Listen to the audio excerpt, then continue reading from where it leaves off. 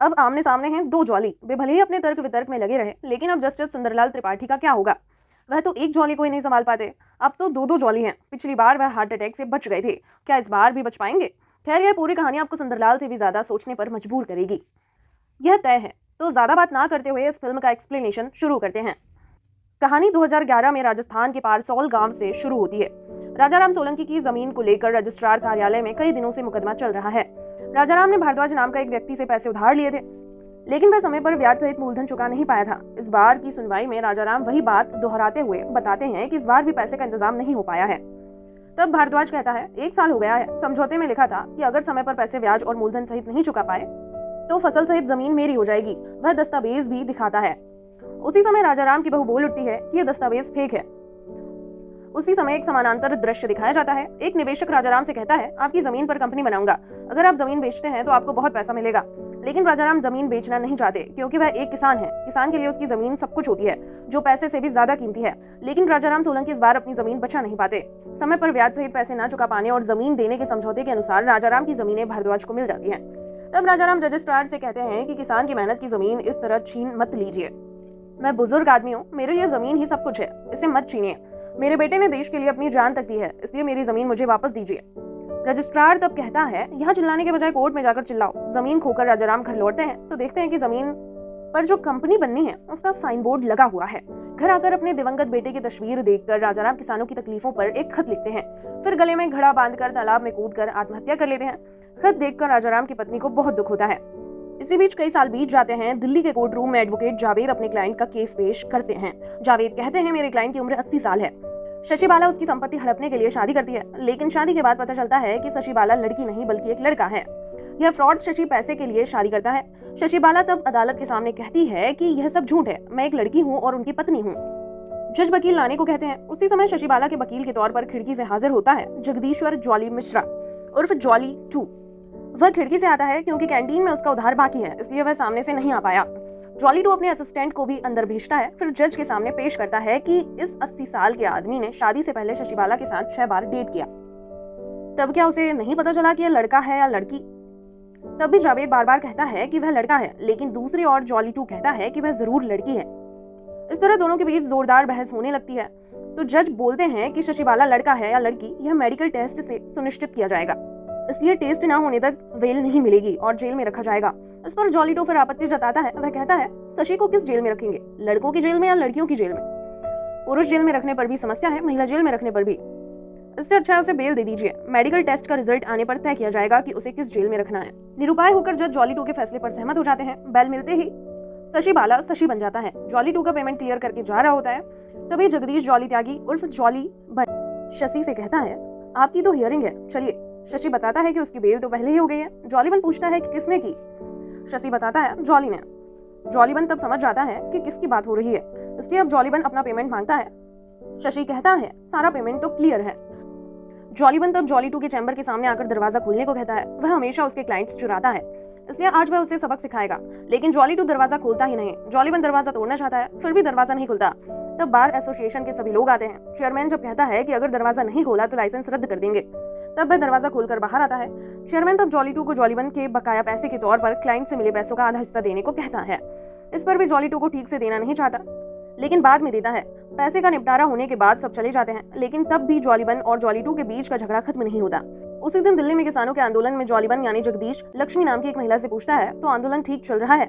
लक्ष्मी बताती है कि राजस्थान के कुछ किसान अपनी जमीन को लेकर विवाद में हैं, क्या तुम उनकी तरफ से केस पिटीशन करोगे? जगदीश पहले राजी नहीं होता, बाद में पूछता है, कितने किसान? लक्ष्मी बताती है, 40। जगदीश 40 किसानों को कोर्ट आने को कहता है। वह यह भी बताता है कि वे सिर्फ जॉली के पास आए। अगले दिन 40 किसान कोर्ट परिसर में हाजिर होते हैं।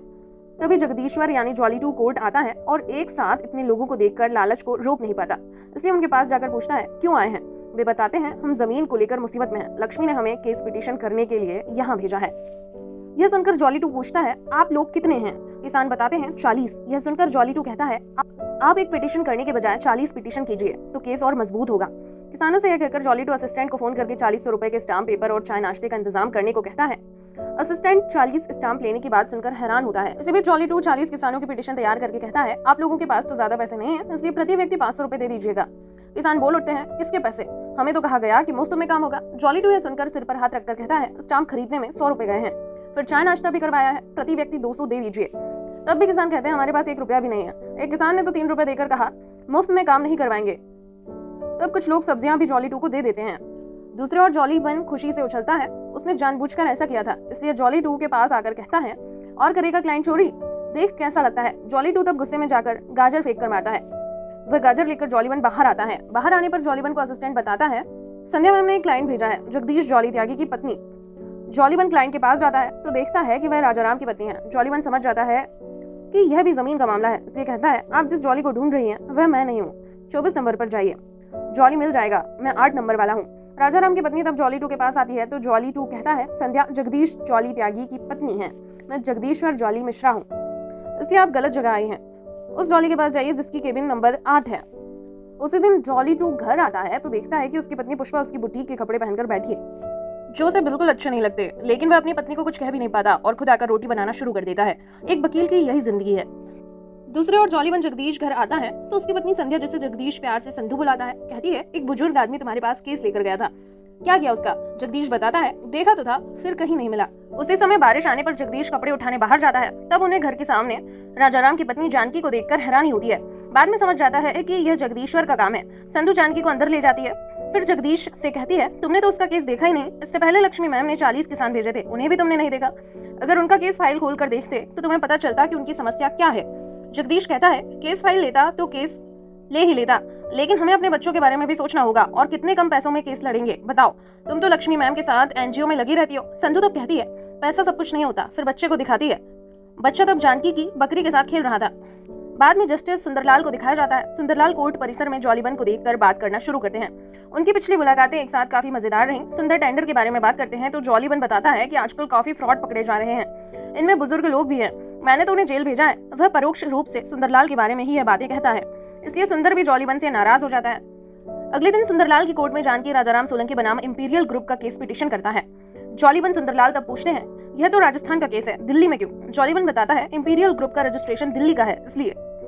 सुंदरलाल के बाद इंपीरियल ग्रुप के वकील को हाजिर करने को कहते हैं तो जॉली टू हाजिर होता है। इसके बाद ही जॉली वन और जॉली टू के बीच कहासुनी हो जाती है।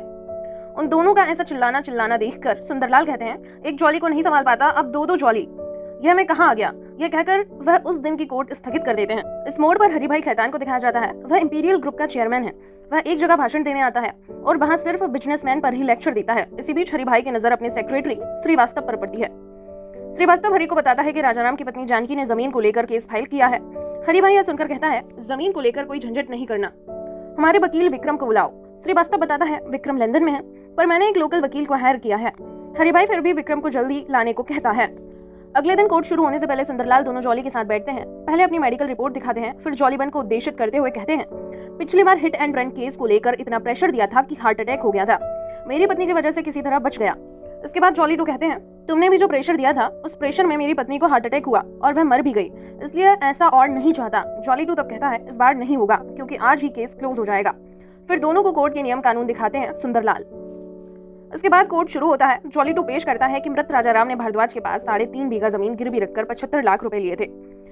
समय पर वह पैसा ना चुका पाने पर रजिस्ट्रार ने जमीनें भारद्वाज के नाम कर दी। वह जमीन भारद्वाज से इंपीरियल ग्रुप ने खरीद ली। यहाँ फिर से केस पिटीशन करने की क्या जरूरत है? तब जॉली वन कहता है, वे सारे दस्तावेज झूठे थे, भारद्वाज इंपीरियल ग्रुप का एजेंट है, ऐसे झूठे दस्तावेज दिखाकर जमीनें हड़प कर अपने नाम की और फिर इंपीरियल ग्रुप को दे दी, वह एक फ्रॉड है। जॉली टू इस मोड़ पर कहता है, एक ही गाँव के 4260 लोगों से भारद्वाज ने जमीन ली है, उन्होंने तो कोई केस नहीं किया। फिर जानकी को दिखाकर कहता है, इन्होंने असल में पैसे के लिए यह केस किया है, साथ में एनजीओ है। जॉली टू से यह सब सुनकर सुंदरलाल सारे दस्तावेज देखते हैं, देखकर बताते हैं 4260 किसानों ने तो ठीक ही जमीन बेची है, कोई झंझट नहीं है, केस भी नहीं किया, इसलिए यह पिटीशन कैंसिल की जाती है। जॉली वन कुछ कहना चाहता है तो सुंदरलाल उसे वह भी कहने नहीं देता। वह कोर्ट का नियम दिखाते हैं। जॉली वन कोर्ट का नियम ना मानकर जॉली टू के साथ झगड़ा शुरू कर देता है। इससे सुंदरलाल परेशान होकर कोर्ट स्थगित किए बिना ही कोर्ट छोड़कर चले जाते हैं। उसी रात जगदीश्वर अपने आज के पेमेंट 25,000 रुपए लेने हरिभाई के पास आता है। आकर देखता है कि घर होटल से भी बड़ा है। श्रीवास्तव फिर बताता है, पेमेंट बाद में होगा। उसी समय हरिभाई को देखकर जगदीश्वर श्रीवास्तव से कहता है, थोड़ी बात करवा देंगे?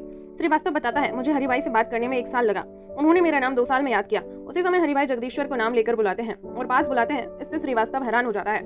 हरिभाई तब जगदीश्वर को सबसे परिचय करवा कर कहते हैं, आज कोर्ट में इसने हमारी तरफ से नाम कमाया है। इस पर सब वाहवाही करते हैं। जगदीश्वर तब हरिभाई को अकेले में बुलाकर कहता है, अगर आज का पेमेंट दे देते।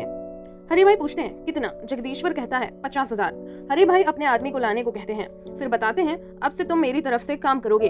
जगदीश्वर तब पूछता है, सैलरी कितनी दोगे? हरिभाई बताते हैं, 5 लाख, वह भी प्रतिदिन। इतनी ज्यादा सैलरी सुनकर जगदीश्वर खुशी से पागल हो जाता है और काम करने को राजी हो जाता है। जगदीश्वर घर आता है तो देखता है कि उसके घर के सामने जानकी बैठी है। पुष्पा तभी जानकी से कहती है, मैं पैसे दे रही हूँ, आप अपने गांव चली जाइए। आपके परिवार के सदस्य तो आपका इंतजार कर रहे होंगे। जानकी बताती है, मेरे परिवार में कोई जिंदा नहीं है। तब फ्लैशबैक में दिखाया जाता है, हरिभाई के आने पर चारों ओर उत्सुक जनता का सैलाब उमड़ता है। उसी सैलाब में पारसौल गांव का एक व्यक्ति राजाराम की मौत को लेकर हरिभाई के खिलाफ आंदोलन करता है। तो हरिभाई राजस्थान के प्रशासन के साथ मीटिंग में बैठता है, फिर पूछता है, राजाराम की मौत कैसे हुई?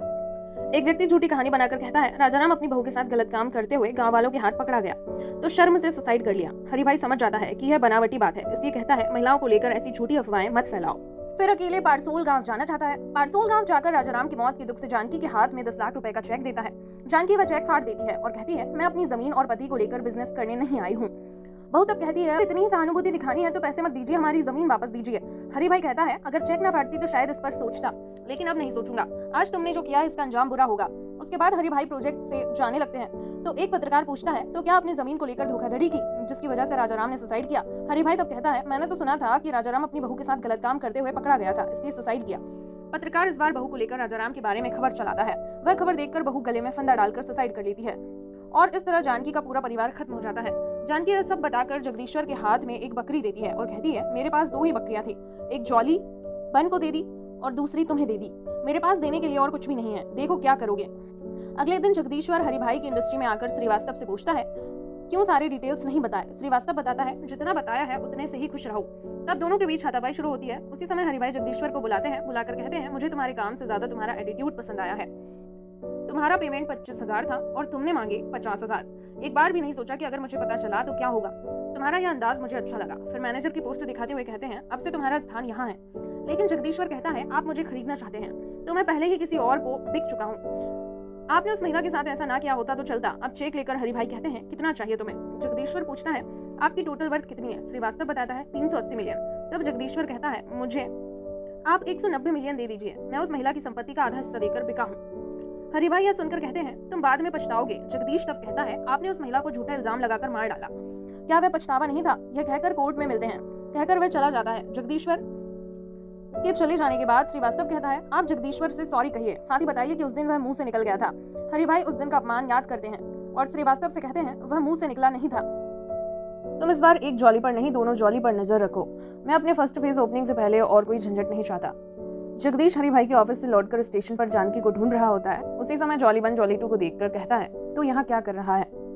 जॉली 2 बताता है, मैं सचमुच पूरे केस के बारे में नहीं जानता था, अगर जानता तो यह केस नहीं लेता। जानकी कल मेरे घर आई थी, उन्होंने मुझे सब कुछ बताया है। जॉली 1 इन बातों पर विश्वास नहीं करना चाहता। जॉली 2 तब एक बकरी की तस्वीर दिखाता है, तब भी जॉली 1 इसे कूटनीतिक चाल समझता है। उसी समय उनके बीच जानकी आकर कहती है, यह ठीक कह रहा है, मैं उसके पास गई थी। जॉली 1 तब जॉली 2 के कारनामों के लिए उसे माफ ना करने को कहता है। जानकी माँ तब कहती है, तुमने भी तो पिछली बार मेरे साथ बुरा व्यवहार किया था, मैंने तो माफ कर दिया था। देखो वे बहुत शक्तिशाली हैं, इसलिए उनके खिलाफ लड़ने के लिए मुझे तुम दोनों की जरूरत है। अगले दिन हरिभाई अपने मेगा प्रोजेक्ट का पहला फेज ओपनिंग करने आते हैं। यह एक बीकानो भूषण इंटरनेशनल प्रोजेक्ट था। उस जमीन पर उन्होंने कार रेसिंग फील्ड बनाया है। उसी कार रेसिंग से वह ओपनिंग करते हैं। कार रेसिंग चलती रहती है तो दोनों जॉली उठकर आते हैं और सबको भगा देते हैं। हरिभाई अब अपने विश्वस्त हाई-फाई वकील विक्रम को बुलाते हैं। यहाँ तक कि विक्रम को एयरपोर्ट पर ही केस के बारे में बताते हैं। इससे पता चलता है कि हरिभाई कितने टेंशन में है। विक्रम के बाद श्रीवास्तव से पूछते हैं कि जज कौन है। श्रीवास्तव बताता है, सुंदरलाल त्रिपाठी। उसी समय सुंदरलाल को दिखाया जाता है। वह एक पुलिस वाले के पास शिकायत लेकर आते हैं। दरअसल शिकायत नहीं, वह पुलिस वाले से प्यार करते हैं, इसलिए एक के बाद एक बहाना बनाकर मिलने आते हैं। सामने वैलेंटाइन डे पर डेट करने का ऑफर देते हैं। उस दिन केस लड़ने के लिए जॉली 2 जानकी माँ से केस के कानूनी दस्तावेजों पर दस्तखत लेने लगता है, तो जॉली 1 आकर कहता है, यहाँ दस्तखत लेने की क्या जरूरत है, यह केस मेरा है, इसलिए मैं लड़ूंगा। जॉली 2 कहता है, वे मजबूत हैं, तू नहीं लड़ पाएगा। जॉली 1 बताता है, मैं भी दिखा दूंगा कि मैं क्या चीज हूँ, अगर तू कर सकता है तो मेरा असिस्टेंट बनकर आ। तब कोर्ट में विक्रम हाजिर होता है। सारे पत्रकार विक्रम को घेर लेते हैं। विक्रम कोई जवाब ना देकर अंदर चला जाता है। कोर्ट शुरू होता है। विक्रम जज के सामने पेश करता है कि उसके क्लाइंट को फंसाने के लिए यह सब किया जा रहा है, वरना इतने सारे लोगों में सिर्फ एक ही पिटीशन क्यों करेगा। यह पूरा साजिश है। तब जॉलीवन कहता है सिर्फ एक क्यों, 40 लोगों ने किया। विक्रम चौंक जाता है। जॉली 2 पिछली बार के 40 लोगों को वहां हाजिर करके सबको चौंका देता है। विक्रम तब 40 पिटीशन देखने जाता है। अच्छी तरह देखकर कहता है इन 40 लोगों की पिटीशन जानकी की पिटीशन से मेल नहीं खाती। 40 लोगों को यह दूसरे प्रोजेक्ट का है। यहाँ जिस केस की बात हो रही है उससे संबंधित नहीं है। वैसे भी उन्हें तो जमीन से संबंधित मामले के लिए डीएम के पास जाना चाहिए। यहाँ क्या करने आए हैं? जॉलीवन तब गुस्से में कहता है जिला अधिकारी तो एक भ्रष्ट व्यक्ति है, वह भी इन सब में शामिल है। उसके पास जाओ तो कहता है कोर्ट में आओ, और कोर्ट में आओ तो उसके पास जाने को कहा जाता है। जॉलीवन गुस्से में यह सब कहता है तो उसे जज रोकते हैं। साथ ही बताते हैं एक सरकारी अधिकारी के बारे में ऐसी बातें करने की हिम्मत कैसे हुई। फिर कहते हैं आपने सारे पिटीशन जांचे परखे बिना ऐसे क्यों ले आए? जॉलीवन तब बताता है गलती हो गई, अगली बार से नहीं होगी। जज तब उल्टा जॉलीवन को अपमानित करने लगते हैं। कहते हैं तुम तो पिटीशन कोर्ट ठीक से लिख भी नहीं पाते, फिर भी पिटीशन करने आ गए। यह सुनकर जॉली 2 सहित कोर्ट के सभी लोग हंसने लगते हैं। जज सुंदरलाल इस बार भी पिटीशन को रिजेक्ट करने की बात कहते हैं तो विक्रम आज भी ऑर्डर पास करने को कहता है। तब सुंदरलाल कहते हैं आपके पिता हाईकोर्ट के जज थे, लेकिन हम तो उतने बड़े नहीं हैं, हम जल्दबाजी में ऑर्डर पास नहीं कर सकते। 2-4 सीनियर के साथ बैठना होगा, फिर इस बारे में डिसीजन लिया जाएगा। इसलिए आज की कोर्ट यहीं स्थगित की जाती है। उस दिन कोर्ट खत्म होने के बाद सुंदरलाल अपने रूम में आते हैं तो असिस्टेंट पूछता है केस क्लोज होने के बाद आप तो ऐसे ऑर्डर पास ना करके नहीं बैठे रहते, 2-1 लाइन कुछ ना कुछ कह ही देते, लेकिन आज कोर्ट खत्म कर दिया, कुछ भी नहीं कहा। इसका मतलब क्या आपने जॉली को एक और मौका दिया? सुंदरलाल बताते हैं वे भले ही कम पढ़े लिखे हों लेकिन ईमानदार व्यक्ति हैं। वे जो केस लेते हैं उसमें कुछ सही देखते हैं, इसलिए मैंने उन्हें एक और मौका दिया सच्चाई जानने के लिए। असिस्टेंट तब कहता है यह तो पक्षपात हुआ। सुंदरलाल बताते हैं हम हमेशा नियमों से ही चलते हैं, लेकिन कभी कभी नियमों से हटकर भी सच्चाई ढूंढनी पड़ती है। इससे पक्षपात कहोगे या कुछ और, यह तुम ही जानो। उधर कोर्ट खत्म होने पर जॉली 1 और जॉली 2 के पास आकर पूछता है ऐसे क्यों हंस रहा था? जॉली 2 कहता है पहले ही कहा था तू नहीं कर पाएगा, केस मुझे दे दे, लेकिन नहीं दिया। जॉली 1 तब पूछता है तू लैंड अथॉरिटी एक्ट के बारे में क्या जानता है, बता। इस पर दोनों के बीच फिर से झगड़ा शुरू हो जाता है। एक समय दोनों में मारपीट शुरू हो जाती है। यह सब लोग वीडियो करते हैं। उनकी यह मारपीट जान की माँ भी देखती है। दोनों जॉली लड़ते लड़ते जान की माँ को देखते हैं तो अपनी लड़ाई बंद कर देते हैं। दृश्य तब एडवोकेट विक्रम के पास जाता है। आज की बातों के लिए डीएम विक्रम को धन्यवाद देता है। उसी समय हरिभाई वहां आकर डीएम से कहते हैं मुझे फेज 2 जल्द शुरू करनी है। पारसोल गांव की जमीन जायदाद का क्या हुआ? डीएम बताता है अभी तो कोर्ट की कार्यवाही चल रही है, कुछ करेंगे तो फिर नया इशू होगा, यह सही समय नहीं है। हरिभाई तब कहते हैं यही सही समय है, केस मेरे पक्ष में है, दोनों वकील आपस में लड़ रहे हैं, इसलिए यही सही समय है। डीएम तब कहता है ठीक है, ग्राम प्रधान से बात करूंगा ताकि सब लोग अपना घर बाहर छोड़कर चले जाएं। इसी बीच दोनों जॉली की मारपीट टीवी न्यूज में दिखाई जाती है, जिसे देखकर दोनों की पत्नियां उन्हें धमकाती हैं। जगदीश्वर को उसकी पत्नी पुष्पा कहती है तुम्हें ऐसे कोर्ट में हंसना नहीं चाहिए था। दूसरी ओर संधू जगदीश को कहती है तुम ये केस उसे साथ लेकर भी तो लड़ सकते थे। दोनों एक साथ लड़ते हैं। अगर इस केस में जान की माँ को कुछ हुआ तो मैं तुम्हें छोड़कर चली जाऊंगी, यही धमकी पुष्पा भी देती है। फिर एक बोतल ड्रिंक्स देकर बताती है आज जाकर सॉरी कहना तुम। जगदीश्वर बोतल लेकर जैसे ही निकलने वाला होता है तभी अपनी पत्नी के साथ वही बोतल लेकर जगदीश उसके पास आता है। सबका मूड अच्छा हो जाता है। अगले दिन वैलेंटाइन डे था। सब महंगे रेस्टोरेंट में खाने आते हैं। आकर पता चलता है कि कोई भी टेबल खाली नहीं है। जॉली 2 तब कहता है तो ढाबे पर चलते हैं। पुष्पा तब कहती है यह था तुम्हारे मन में, तुम पैसे बचाने के लिए इस होटल में लेकर आए हो। मैं ढाबे पर नहीं जाऊंगी, यही खाऊंगी, कैसे मैनेज करोगे करो। उसी समय जॉली 2 देखता है कि एक टेबल पर सुंदरलाल पुलिस वाली चंचल के साथ डेट कर रहे हैं। यह देखकर वह बोल उठता है हम यही खाएंगे। फिर दोनों जॉली सुंदरलाल के पास जाते हैं। सुंदरलाल दोनों को देखकर हैरान होते हैं, पूछते हैं तुम यहाँ क्यों? दोनों जॉली बताते हैं आज तो वैलेंटाइन डे है, इसलिए पत्नी को लेकर आए हैं। उसी समय जॉली 2 सुंदरलाल से कहता है बेटी के साथ आपको देखकर अच्छा लगा। सुंदरलाल तब थोड़ा गुस्सा होकर बताते हैं यह मेरी बेटी नहीं है, मैं इनके साथ डेट करने आया हूँ। दोनों जॉली तब चतुराई से अपनी पत्नियों को लाना चाहते हैं तो सुंदरलाल मना करते हैं, लेकिन चंचल लाने को कहती है। फिर सब एक साथ खाना खाते हैं। खाने के दौरान चंचल के होठ पर थोड़ा सा खाना लग जाता है तो जॉली 2 उसे पोंछ देता है। यह देखकर पुष्पा को गुस्सा आता है। पत्नी को मनाने के लिए जॉली 2 बाहर चला जाता है। दोनों को फिर से मनाने के लिए जॉली 1 और उसकी पत्नी उठ जाते हैं। थोड़ी देर बाद वेटर बिल लेकर आता है। बिल देखकर सुंदरलाल का सिर घूम जाता है। बिल 24,000 का था। चंचल तब कहती है दोनों जॉली तुम्हें अच्छा फंसा गए। उसी समय बाहर चारों को हंसी मजाक में लड़ते हुए देखा जाता है, जिसे सुंदरलाल देखकर गाली देते हैं। उधर एक व्यक्ति डीएम के पास आकर कहता है गांव के लोग तो जगह जमीन छोड़ना नहीं चाहते, वे एक साथ हो रहे हैं। तब एक व्यक्ति कहता है कोर्ट के माध्यम से नोटिस देकर उन्हें बेदखल करना होगा। डीएम कहता है अगर नहीं जाना चाहे तो पुलिस तो है ही। अगले दिन घर बार छोड़ने को नोटिस आने पर दोनों जॉली गांव आते हैं। जॉली 1 गांव के सभी लोगों को इकट्ठा करके बताता है कि कोर्ट से निर्देश आया है, आप लोगों को अपना घर बार छोड़कर चले जाना होगा। हालांकि चिंता की कोई बात नहीं है, हम भी कोर्ट में लड़ रहे हैं। वहाँ डीएम बहुत सारे पुलिस वालों के साथ हाजिर होते हैं। पुलिस देखकर जॉली 2 कहता है, पुलिस आ रही है, आने दो, उन पर हमला नहीं करना है, उन पर हमला करेंगे तो वे गोली चलाएंगे, इसलिए फोन निकालकर उनकी तरफ करके वीडियो बनाओ। उसी समय गांव के ऊंचे स्थान से एक स्नाइपर दोनों जॉली की तरफ निशाना साधता है। वह एक व्यक्ति से अनुमति लेकर दोनों जॉली में से किसी को भी गोली ना मारकर डीएम पर गोली चला देता है। इससे गांव वाले पर पुलिस लाठीचार्ज शुरू कर देती है। दूसरी ओर जॉली 2 उस गोली मारने वाले गुंडे को देखता है, इसलिए उसका पीछा करना चाहता है। गुंडा एक समय एक गाड़ी में बैठ जाता है, इसलिए जॉली 2 पकड़ भी नहीं पाता। फिर उस गुंडे को भी कोई गाड़ी से गोली मारकर मार डालता है। वह सब जॉली 2 बस देखता रहता है। इसके बाद गांव के सभी लोगों के पास आता है तो देखता है कि कई लोग मरे हैं और कई घायल होकर कराह रहे हैं। यहाँ तक कि जॉली 1 भी घायल है और जॉली 2 तब जॉली 2 को एक अस्पताल लेकर आता है, जहाँ जॉली 2 कई लोगों को घायल देखकर जानकी माँ के पास जाकर रोने लगता है, तो जानकी माँ उसे सांत्वना देती है। एक दिन बाद दिल्ली जिला सत्र न्यायालय में जस्टिस सुंदरलाल कैमरा सेट करने लगते हैं, तो बार एसोसिएशन का प्रेसिडेंट आकर पूछता है, ये सब क्यों? सुंदरलाल बताते हैं, आज जानकी का केस है, इसलिए मैं इंटरनेट पर हूँ, मेरा भी तो वायरल होने का मन करता है। सुंदरलाल इसके बाद चंचल को फोन करके बताते हैं, आज मैं ऑनलाइन रहूंगा, कोर्ट के दौरान मैं जितनी बार हंसूंगा उतनी बार समझना कि तुम्हारे लिए ही है। उसके बाद जॉली 2 मोटरसाइकिल पर जानकी माँ को लेकर आता है। पीछे हरिभाई मर्सिडीज में आते हैं। तब हरिभाई और जानकी के बीच फिर से मुलाकात होती है। इसी बीच कोर्ट शुरू होता है तो सुंदरलाल पहले हंसते हैं। इसे लाइव देख रही चंचल समझ जाती है कि यह हंसी उसके लिए है। फिर विक्रम बात करना शुरू करता है तो सुंदरलाल उसे रोककर हरिभाई के साथ हाय हेलो करते हैं। इतने सम्मानित व्यक्ति आए हैं तो बात तो करनी ही होगी।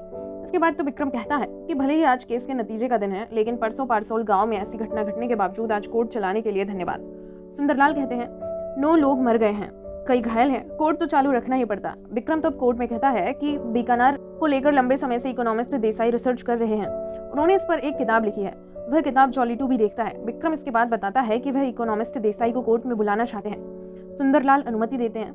इकोनॉमिस्ट बताते हैं कि बीकानेर इलाके के किसान उतने मजबूत नहीं हैं, इसलिए वे जो फसल उगाते हैं वह जमीन और फसल दोनों के लिए नुकसानदेह है। यहाँ तक कि वे नुकसान खाकर सुसाइड तक कर रहे हैं। इससे बेहतर है कि वे जगह जमीन बेचकर अगर शेयर मार्केट में इन्वेस्ट करते हैं तो ज्यादा फायदेमंद होता है। इकोनॉमिस्ट का बोलना खत्म होने पर विक्रम कोर्ट में एक न्यूज रिपोर्ट पेश करता है जो बीकानो भूषण प्रोजेक्ट की कार रेसिंग को लेकर है, जहाँ विक्रम उल्लेख करता है कि जहाँ बुलेट ट्रेन के माध्यम से देश आगे बढ़ रहा है, वहीं उसी न्यूज में ऊंट की तस्वीर दिखाकर विक्रम कहता है, उस कार रेसिंग फील्ड में ऊंट की तरह देश पीछे जा रहा है। एक देश को विकसित करने के लिए बलिदान तो देना ही पड़ेगा। इसके अलावा पहले किसान 75 मन अनाज बेचते थे जो 1522 रुपए का है। किसानों का सही मूल्यांकन किया जा रहा है। साथ ही एक देश का विकास नई सोच के माध्यम से होता है। हम तो शॉपिंग करने दुबई जाते हैं, लेकिन दुबई जैसा शॉपिंग सेंटर हमारे देश में भी बनाया जा सकता है और लॉस वेगस के कसिनो हमारे देश में भी बनाए जा सकते हैं, लेकिन वह नहीं होता क्योंकि हमारे देश के लोग ही देश को विकसित करना नहीं चाहते। हरिभाई अपने बीकानो भूषण प्रोजेक्ट में 1500 करोड़ अपना मेहनत का पैसा इन्वेस्ट करके देश को आगे ले जाने की कोशिश कर रहे हैं। बड़े बड़े देशों के साथ टक्कर देने जा रहे हैं, वह भी रुकावट, फिर झूठे केस में फंसाया जा रहा है। विक्रम कोर्ट में उल्लेख करता है कि इस देश के किसान भी अमीर हैं, वे भी मर्सिडीज में घूम सकते हैं, लेकिन उन्हें घूमने नहीं देंगी इस देश की एनजीओ संस्थाएं, क्योंकि उन्हें भी तो जिंदा रहना है। इसलिए देश को विकास करने के लिए जैसे मेगा प्रोजेक्ट्स की जरूरत है, वैसे ही जमीन का बलिदान भी देना होगा।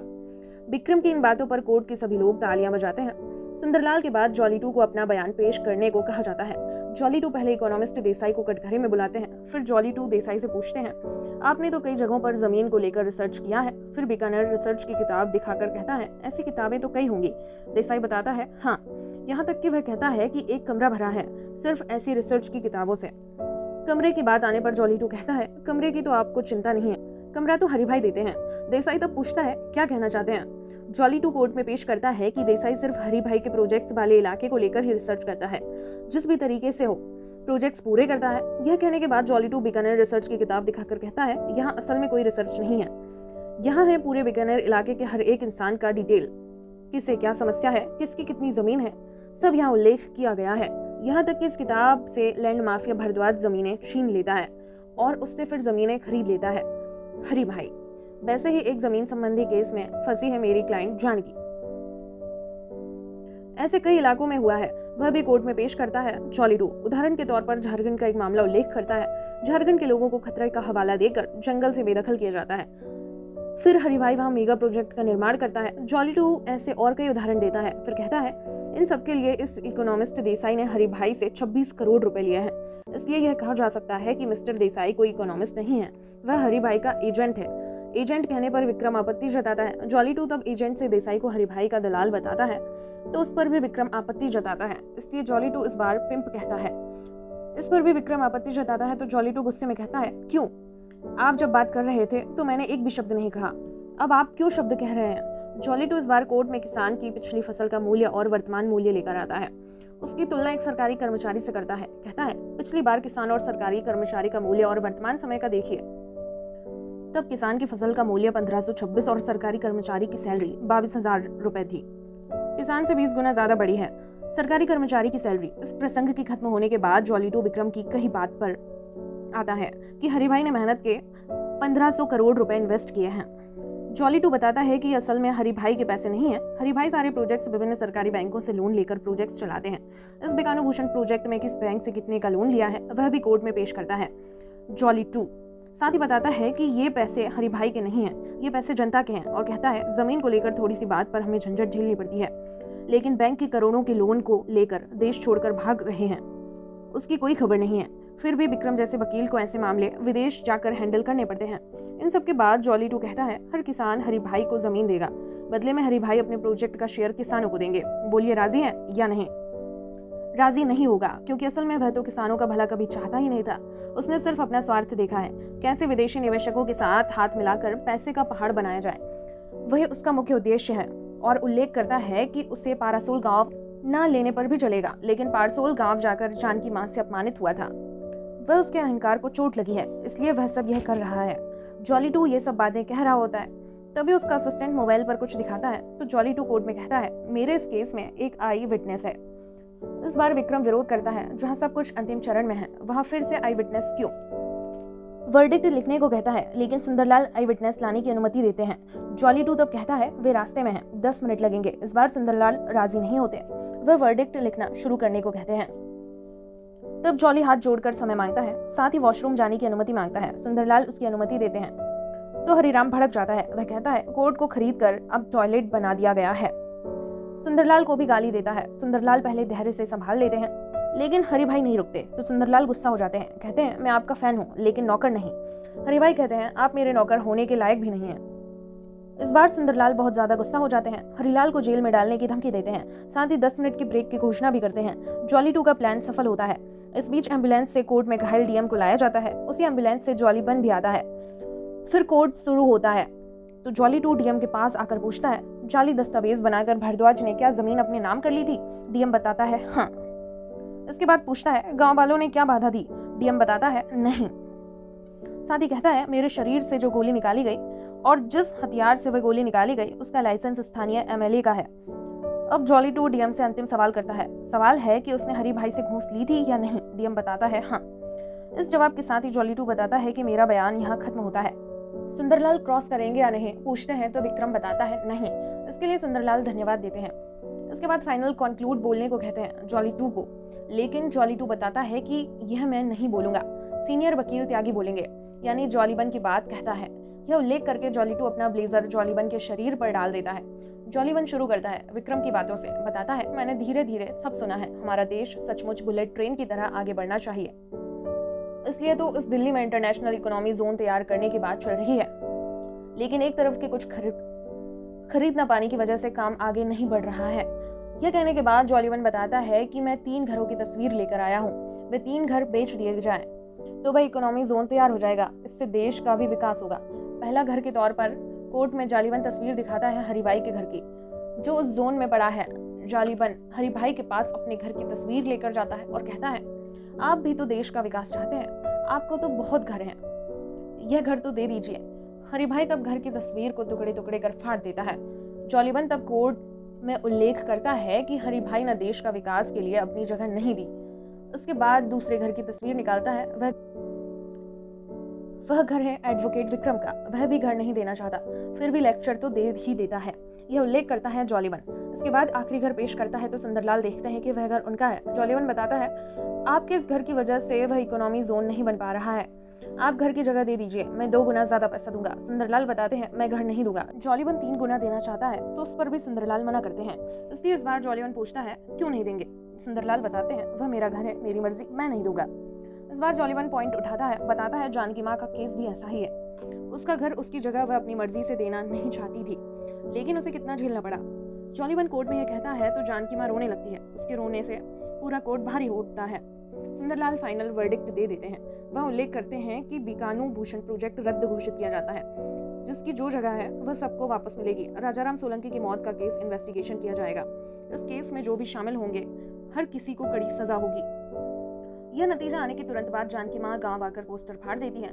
दोनों जॉली गांव आते हैं तो सब प्यार से उनका स्वागत करते हैं। दोनों जॉली भी तब किसानों के साथ नारे लगाना शुरू करते हैं और यही खत्म होती है जॉली LLB 3 मूवी का प्लॉट काफी अच्छा है। बड़े बड़े उद्योगपतियों ने हमारे देश की ऐसी जमीनें हड़प कर मेगा प्रोजेक्ट का निर्माण किया है, कोई कुछ कह भी नहीं पाता पड़ा। तो कैसी लगी जॉली LLB 3 की एक्सप्लेनेशन बता सकते हैं। अब तक साथ रहने के लिए बहुत बहुत धन्यवाद।